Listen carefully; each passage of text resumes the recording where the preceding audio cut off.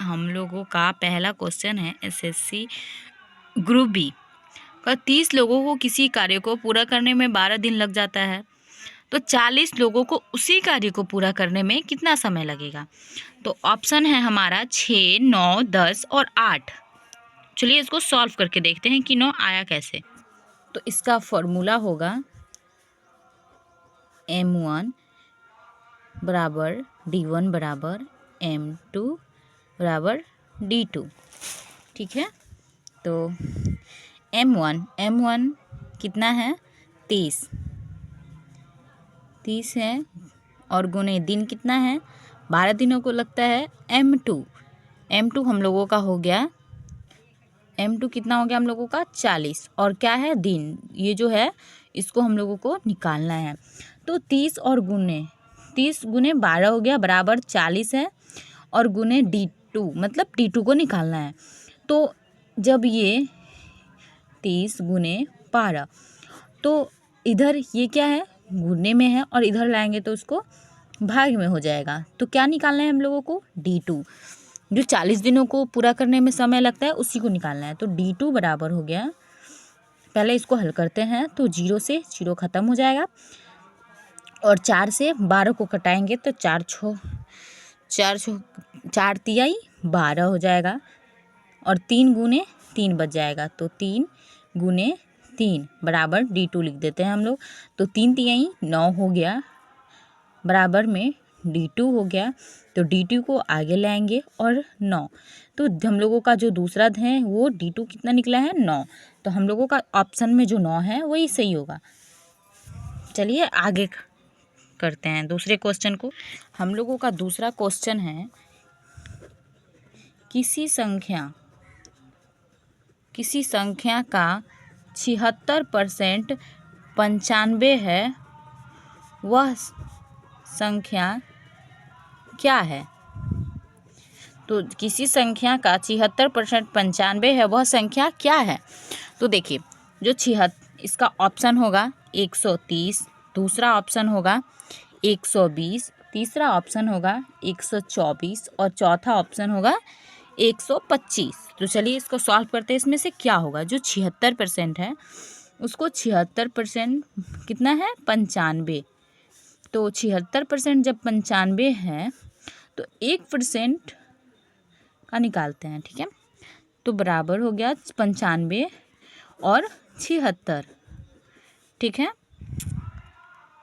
तो इसको चलिए सॉल्व करते हैं। तो 1% का 100% और 95/76, और गुने में परसेंट का कितना होता है 100%, 2 अंकों का 100 होता है ना वही।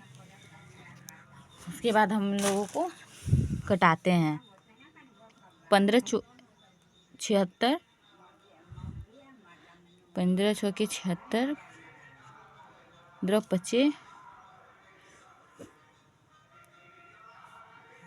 25, बचा कितना 5, तो बराबर हो गया आपका 5 गुने 25, तो 125 हो गया इसका आंसर। तो हम लोगों का क्या होगा 125। अब चलिए हम लोग तीसरे क्वेश्चन की ओर बैठते हैं। तो तीसरा क्वेश्चन है हमारा, यदि 1120 अंडर रूट x है तो बराबर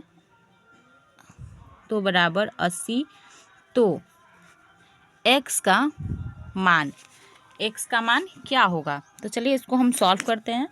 ऑप्शन पहला है 125 होगा,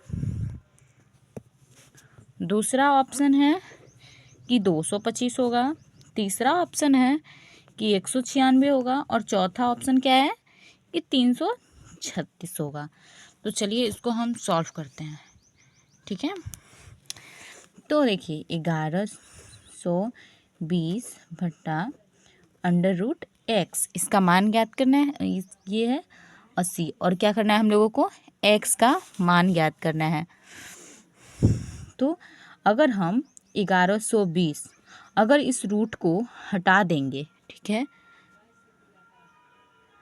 तो क्या होगा, स्क्वायर हो जाएगा, होगा ना। तो y क्या है, इस x को, इस रूट x को इधर कर देते हैं, बराबर इसको नीचे, ये गुना इधर है, इधर आएगा तो भाग में आ जाएगा, इसको ऐसे लिख देते हैं।